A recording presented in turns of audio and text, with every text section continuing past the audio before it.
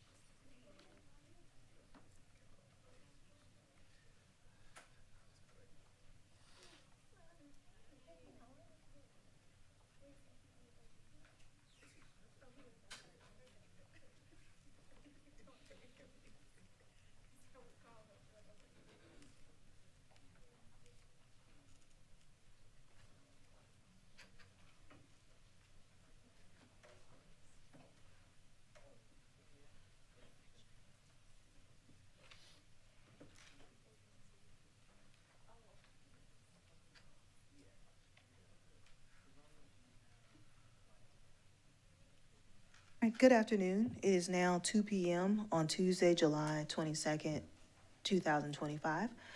Madam Clerk, I'd like to call the Affordable Housing Ad Hoc Committee meeting to order. Can you take the roll, please? Teresia, Here. Weaver, Here. Barron, Here. Aline, Here. Mackey. Here. We have a quorum. Thank you. I would like the record to reflect that Councilwoman Allison Terratio is the chair of this committee, and she is joining us virtually this afternoon. Due to our county council rules, you cannot chair or lead any meeting virtually, and so I will be subbing in today in her absence, but she is here participating. We also have Councilwoman Newton online joining us today, and then here in person, we have Councilwoman Little joining us as well. Councilwoman Terratio, is there anything else you'd like to add? I just want to say thank you, Chair Mackey, for stepping in for today. Welcome. Item 2 is approval of minutes for May 20th, 2025. Move to approve. Second. Motion and second for approval. Any discussion? Madam Clerk? Teresia, Yes. Weaver, Yes. Barron, Yes. Aline, Yes. Mackey. Yes. Motion approved. Next is the adoption of the agenda. Administrator Brown, do we have any changes? No recommended changes, Madam Chair. I entertain a motion. Move to approve. Second. Motion and a second for approval. Any discussion? Madam Clerk? Teresia, Yes. Weaver, Yes. Barron, Yes. Aline, Yes. Mackey. Yes. Motion approved. Next is item 4, items for discussion/action, and we have one main item for discussion and/or action this afternoon. 4A, direct the county administrator to create a request for qualifications to award up to $4 million for affordable housing, focusing on the priorities of down payment programs and giving priority to teachers and first responders, buy-down programs, and rehabilitating existing units. Administrator Brown, do we have staff present to speak to this to get us started this afternoon? We do, Madam Chair. I'm going to ask ACA Jensen to approach the podium, and as he does so, I'll just give a very brief reminder regarding these funds, if that's okay, Madam Chair. Yes. So these funds are associated with $4 million that was put into our general fund budget to affect affordable housing in Richland County. As a part of that process, the council directed staff to take some action as the chair just read. Upon doing that, we received some feedback from interested parties that some of the opportunities maybe were not as clear as they could have been. And so what we wanted to do was come back and find a way to give more clear direction to interested parties to help us determine who can reach out and be a good fit for us to help address affordable housing here in Richland County utilizing this funding source. And so today what you have is a kind of continuation or a follow-up based off of some of the next steps. And so right now, Madam Chair, ACA Jensen has kind of led their process. And so if it's okay, we can turn it over to ACA Jensen. ACA Jensen, you're recognized. Thank you, Madam Chair, for recognizing me. Very briefly, in some of the previous ad hoc committee meetings, the committee discussed the merits of various different proposals, and in an effort to help kind of focus and narrow those discussions down, staff created a 5-question survey for the committee. Those results are found within your packet. Staff used a weighted system where if the initial or the first score was rated at 3 points, a second priority or second score was rated at 2, and then a third priority was rated at 1. The compilation or the tally sheet of those scores are also found in your packets. But in general, when like responses were grouped together and scored, essentially the suggestion is that the committee is recommending a program that would assist quote unquote working people, and that is not defined, but that is in there, that would increase housing supply to some degree.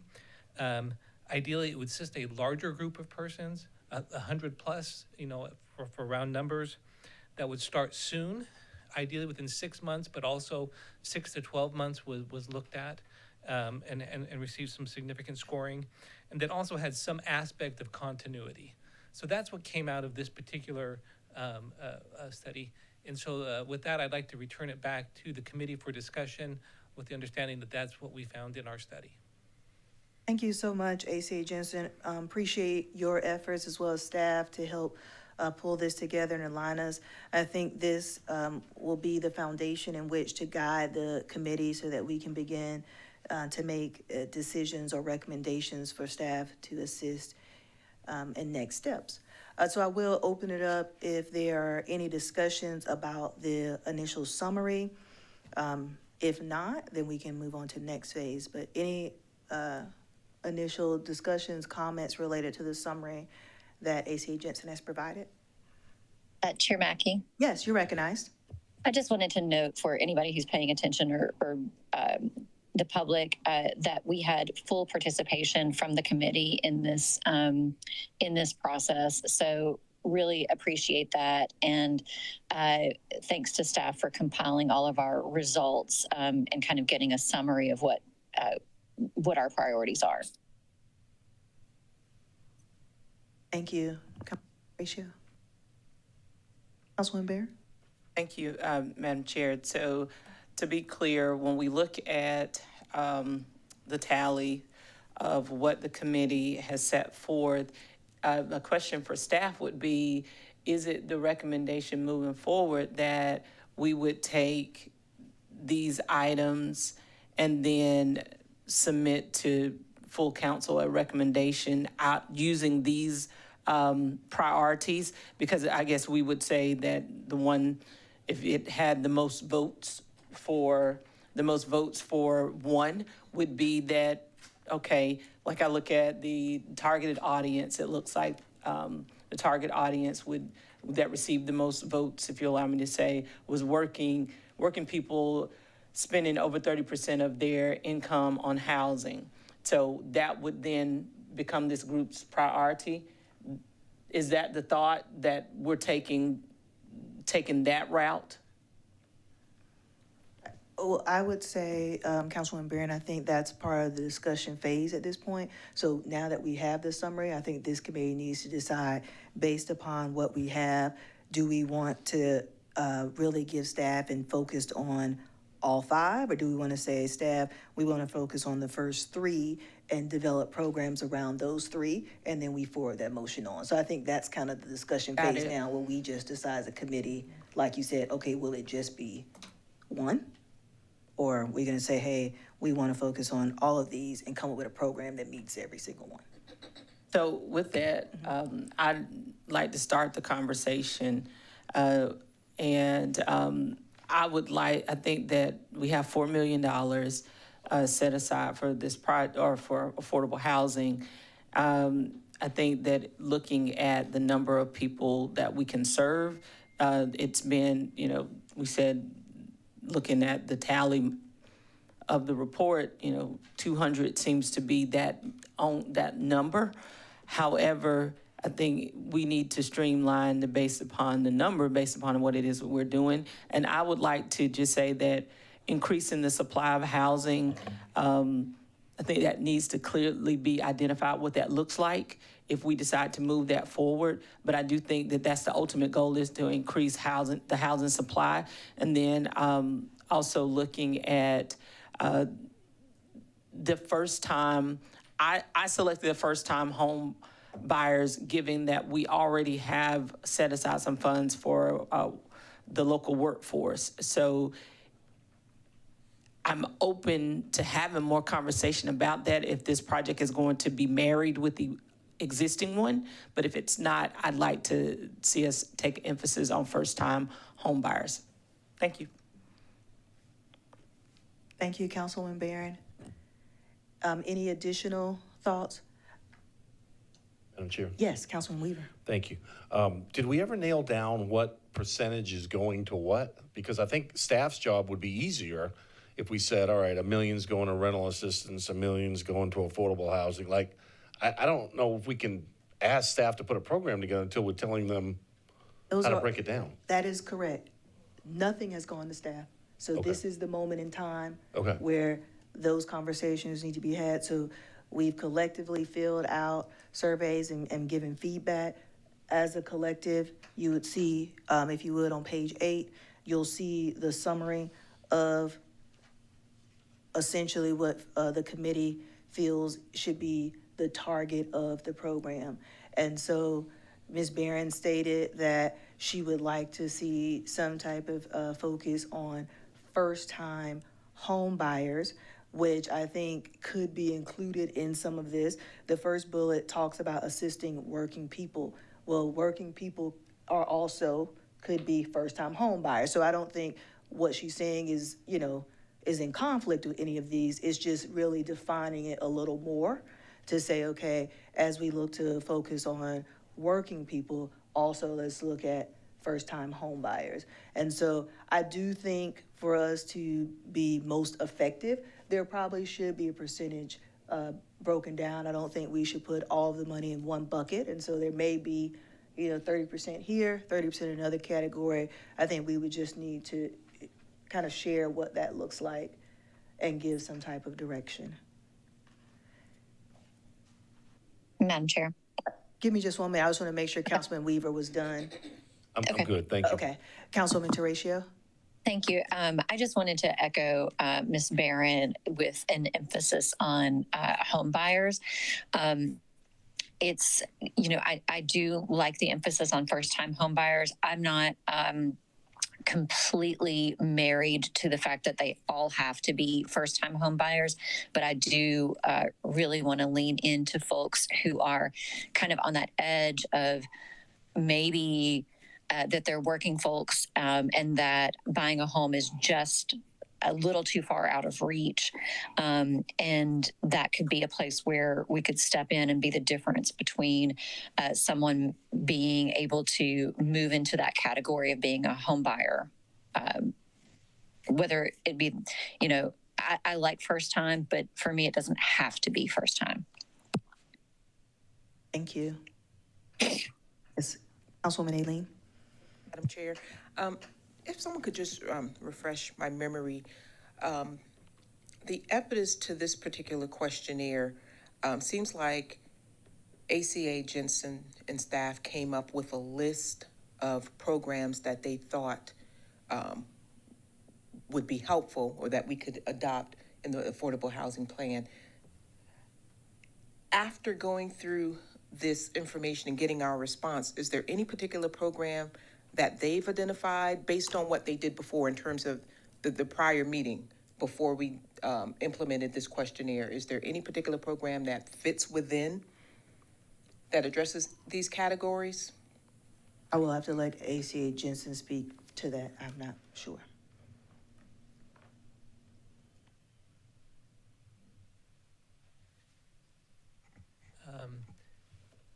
There are many programs that could fit within this, but I think we're at the point where we need more direction from council before I would want to volunteer anything. And Madam Thank you, Chair. I'm sorry, if I can be more Yes, yes, specific. please. So there was an RFQ process that took place. And when the RFQs came back, it was determined that our information to the public who may be interested in trying to help us, that they did not have enough specificity to understand what the county's target was regarding affordable housing. And so the follow-up to that are the questions that you have now. What you heard recently regarding some other programs that the county has is that the county does have some programs that it uses HUD-related funding for. And so you might have heard some of those programs where the county has funding that it has put forth to also address this. But these funds are not tethered to those same restrictions. And as a result of that, you have a more leverage, a leeway as to how you might want to tailor a program regarding affordable housing and what that means for you. So if staff had anything, what you would probably hear is they would say, we have these programs that we have, and that you could elevate those by providing additional resources to those areas. But I think what you were potentially trying to do as council to some degree is, when we talked about innovation as a part of our strategic focus, I think you were trying to say, well, what can we do that we don't already do without funds being tethered to a specific set of parameters, ones that we can create or shape ourselves. And that kind of brings us to the conversation right now, because you have the flexibility to do programs that we may already do, or to institute programs that we currently do not do. And so that's really where the direction is coming in. So sorry if there was too much talking, but hopefully that's helpful. Administrator. Did that help, Councilwoman Aileen? It did, and if once again, refresh my memory, 3 buckets, I believe, we were discussing, money categories that we thought we would divvy them. That was Does anyone initially kind of just thrown out there. I don't think it was necessarily set that it be 3, it could be 4. I think it was just kind of, saying, hey, we don't want it to go in one. I think it was stated, we can, split it up so that we can impact more groups and not just give it all to one category. Madam Chair. Ms. Aileen, you finished? Yes. Okay, Thank you. Councilman Weaver? Okay, well, just to add a little clarity here, I'll make a motion to try to give staff some direction, but I'm certainly open if any of the committee members want to change my motion. I'll make a motion that we apply $2 million to rental assistance. That's the easiest thing to get out the door. We did it before with COVID. $1 million to first-time home buyers, that's relatively easy. And the last $1 million to increase the supply. In my opinion, that is the hardest thing to do and the longest thing to do. So that's my motion. 2 million, 1 million, 1 million. I'll second it for discussion. We have a motion and a second for discussion. Madam Chair. You recognize Councilwoman Barron. Councilman Weaver, I appreciate you stepping out here. We've had this conversation about rental assistance, and I think we've done an amazing job in the past in getting those funds out there. I would like to see us have a greater investment in first-time home buyers. So, if you'll entertain a friendly amendment to change your categories to $1 million in rental assistance, $2 million in first-time home buyers, and then $1 million to increase the supply. Happy to do that, Councilwoman Barron.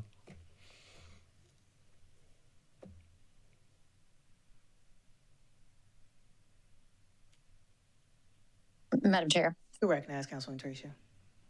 I appreciate Ms. Barron's motion. I too would like to see the more emphasis on the first-time home buyers. I love what we were able to do for the rental assistance before. However, that money's moves through and doesn't really move the needle except to give somebody, help somebody buy some time. And I really want to be able to move the needle in getting people in, long-term permanent situations. So thank you, Ms. Barron, for that. I guess I would also like to say we've done a lot with rental assistance. I did not envision this, the Affordable Housing Committee putting or allocating more money to rental assistance. I think this, I was hoping this would be a different step because we have invested millions already in rental assistance and we have not in other categories that tied to homeownership. And so I really would not be supportive of any of this going to rental assistance again. Madam Chair, Yes, you recognize. I'd like to withdraw my motion.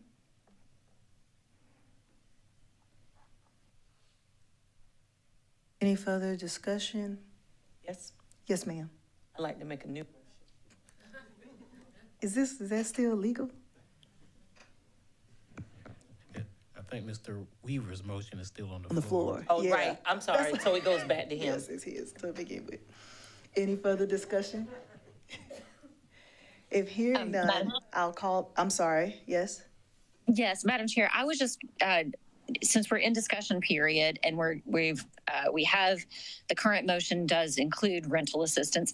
I would, I think that that ACA Jensen, there were probably some other suggestions, policy suggestions around improving rentals that maybe if the motion were modified around what support was given for rentals, say, for instance, keeping rentals affordable through a program like that, maybe we could learn something from ACA Jensen and modify just make a better motion from that. Thank you, Councilwoman Teresa. I have Ms. Newton's hand up. I'll also say, Councilman Weaver is the maker of the motion. Would you like to hear staff's suggestions on how to make your motion better? I think that's what she's saying. Well, no, if the will of the committee members is we don't want to go into rental assistance, I'm totally fine with that. I'm just trying to move the needle down the road. If we want to say 2 million to first-time home buyers and 2 million to increase the supply, I'm fine with that and leave rental assistance out totally. Even though that's near and dear to my heart, but that's okay. Okay. Okay, let's hold one more minute. Councilwoman Newton, I know you had your hand up. I just lowered my hand. If I'm my sorry. my comment was basically to echo yours around rental assistance, but and I had some additional information, but if it's being removed from the table, then I don't need to speak to it. Okay, Councilman Weaver, are you amending your motion? I will amend my motion to say $2 million to first-time home buyers and $2 million to increase supply. That's my motion. Someone seconding this amended Second. motion? All right, thank you. Councilwoman Teresa? Thank you, Madam Chair. And so just a point of curiosity around the increased supply. So the intention for the increased supply, would that be both rental and also homeowner, owner-occupied homes? So would we do kind of a mixture of both in your vision, are you thinking? Mr. Weaver, can you expand upon the intent of your motion? I think those are things we haven't discussed. Yeah, I think if the staff knows they have $2 million to spend, they could maybe do 50%, $1 million to each. Expanded rental assistance in terms of housing, and then $1 million in terms of, other housing. So, again, I don't want to get ahead of staff. I just want to give them a figure.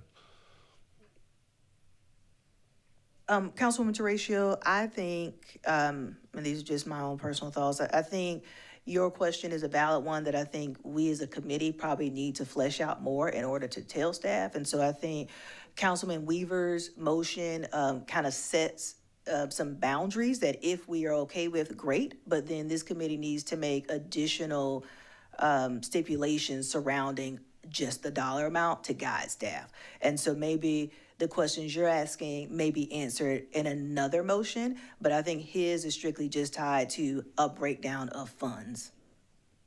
Thank you. With his explanation, I can support this as stated. So thank you. You're welcome. Any further discussion?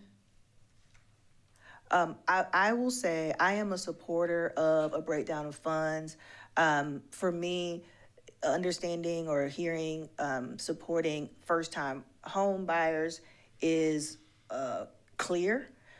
Increasing supply, I think, can mean a lot of things to a lot of people. And so I personally just would feel more comfortable voting on that when I actually know what that means for everyone. And so me saying no is not in support, doesn't mean I don't support it. I just need to be a little bit more clear. First-time home buyers, I think, is clear. The increased supply, I think, could go a lot of different ways, and I just want to understand that better. Madam Clerk, take the vote now on Councilman Weaver's motion for allocating the $4 million for $2 million for first-time home buyers and $2 million to increase housing supply. Teratio, Yes. Weaver, Yes. Barron, Yes. Aline, Yes. Mackey. No. Motion approved. Thank you.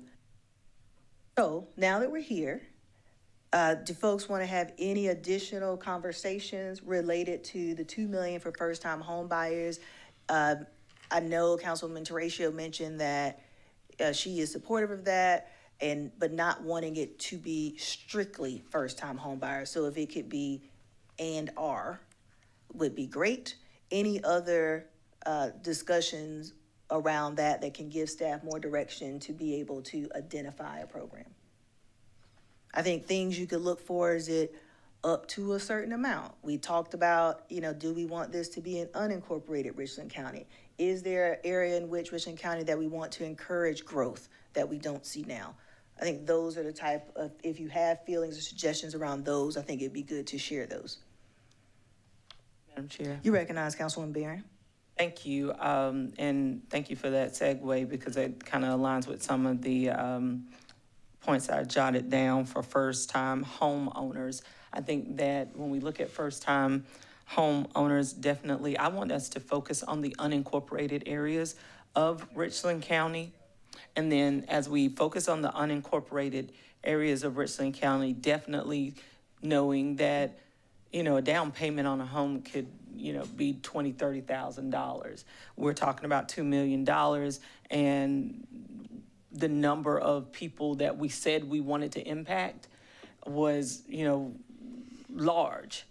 So realistically speaking, we may have to set a cap on up to, not saying that the applicants would get 100% of their down payment from Richland County, but they would get a portion. And so I'm comfortable with saying up to $5,000.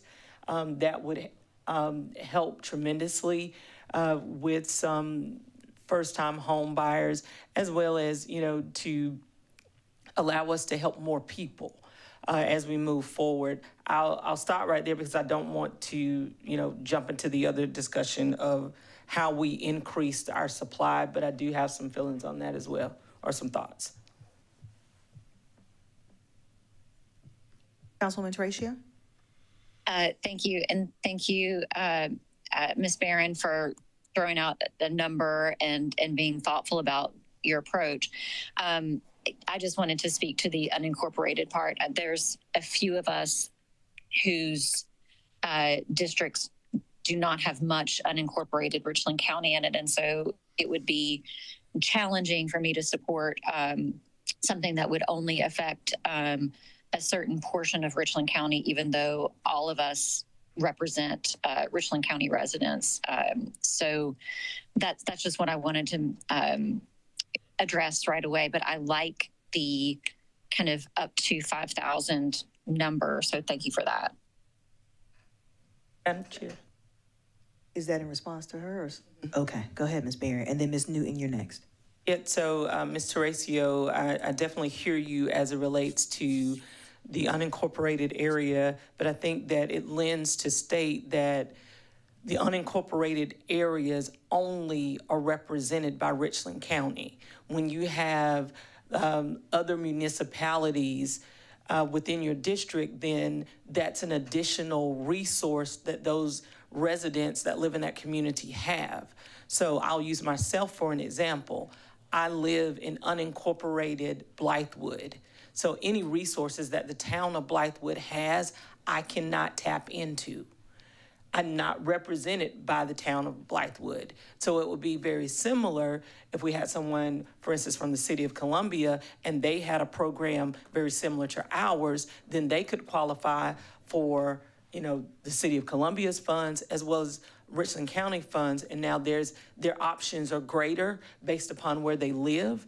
And it's not my desire to leave anyone out, but I do think that when we have the unincorporated areas, there are resources that perhaps they don't necessarily get because they're not in a municipality. So that's just a little thought or food for thought behind my rationale by saying unincorporated areas, not trying to leave out the other municipalities, but just noting that there are many other programs that those municipalities provide. Thank you. Thank you. Councilwoman Newton, you're recognized. Thank you, Madam Chair. Can you hear me? Yes, ma'am. So I guess I'll comment on the unincorporated area, even though that wasn't my original comment. My initial thoughts were really more aligned with Councilwoman Teracio's, where I dislike the idea of disenfranchising citizens who we also represent and who pay taxes to us.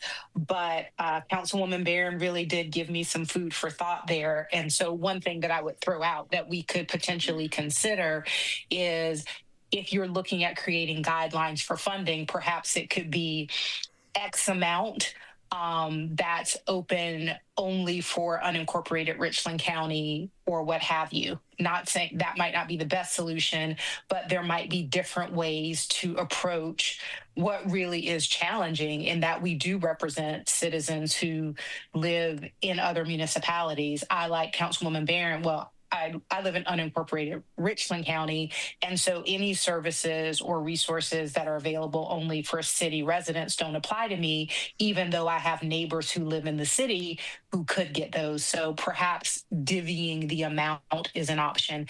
But I really just had a request as we're making these decisions, and I apologize if this information has already been provided, but when staff comes back with recommendations, for me, it would be helpful to see any data that they have about Richland County. Is the primary challenge to home ownership for first-time buyers?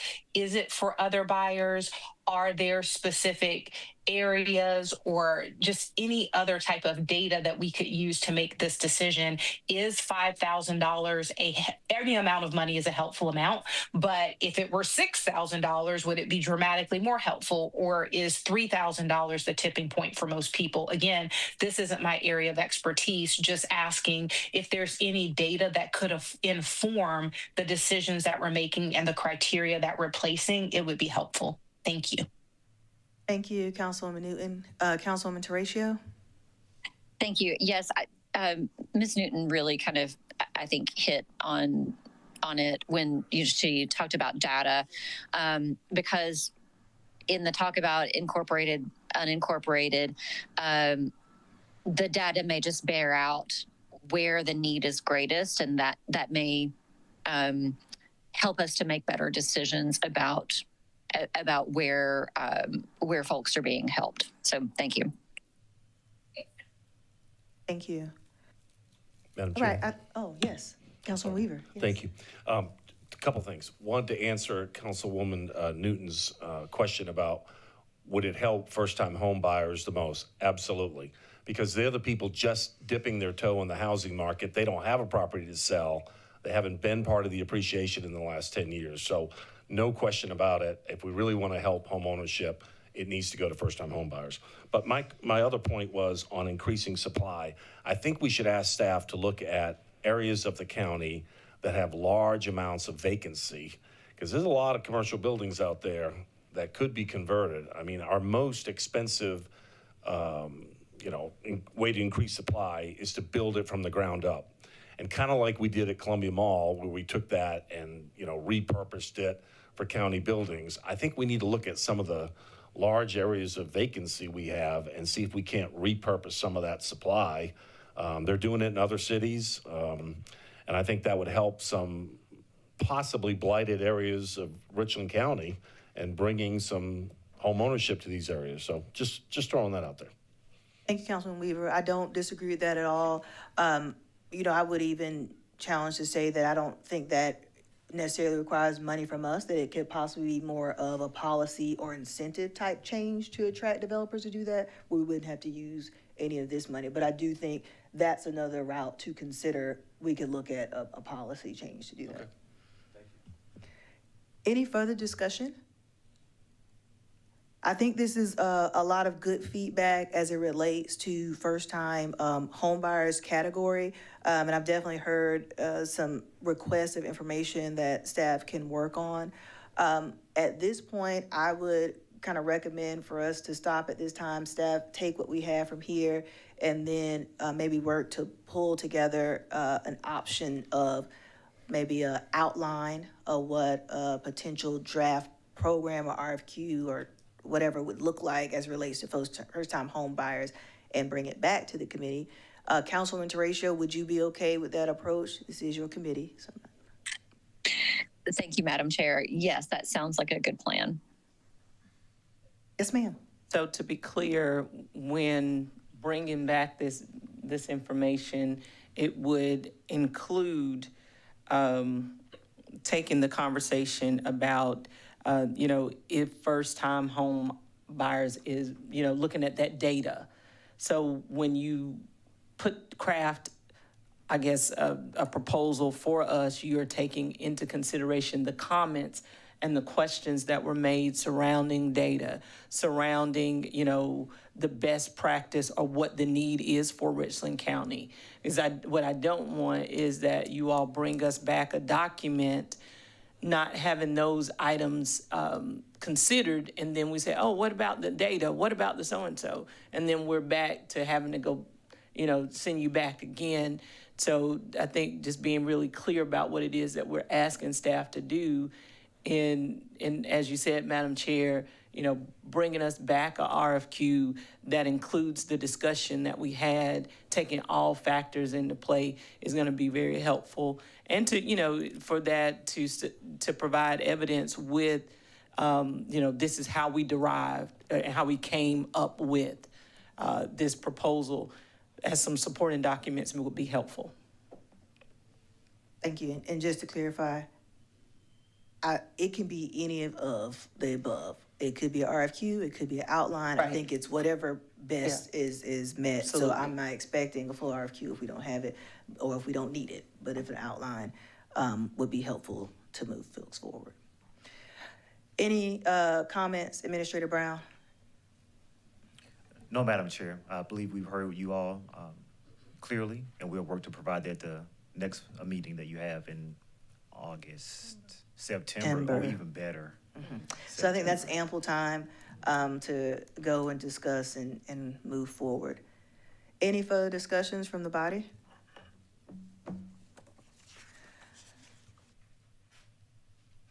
Okay, hearing none, we're at item 5. Move to adjourn. Second. Motion is second for adjournment. Madam Clerk? Teratio, Yes. Weaver, Yes. Barron, Yes. Aline, Yes? Mackey. Yes. Motion approved. Meeting adjourned. Thank you.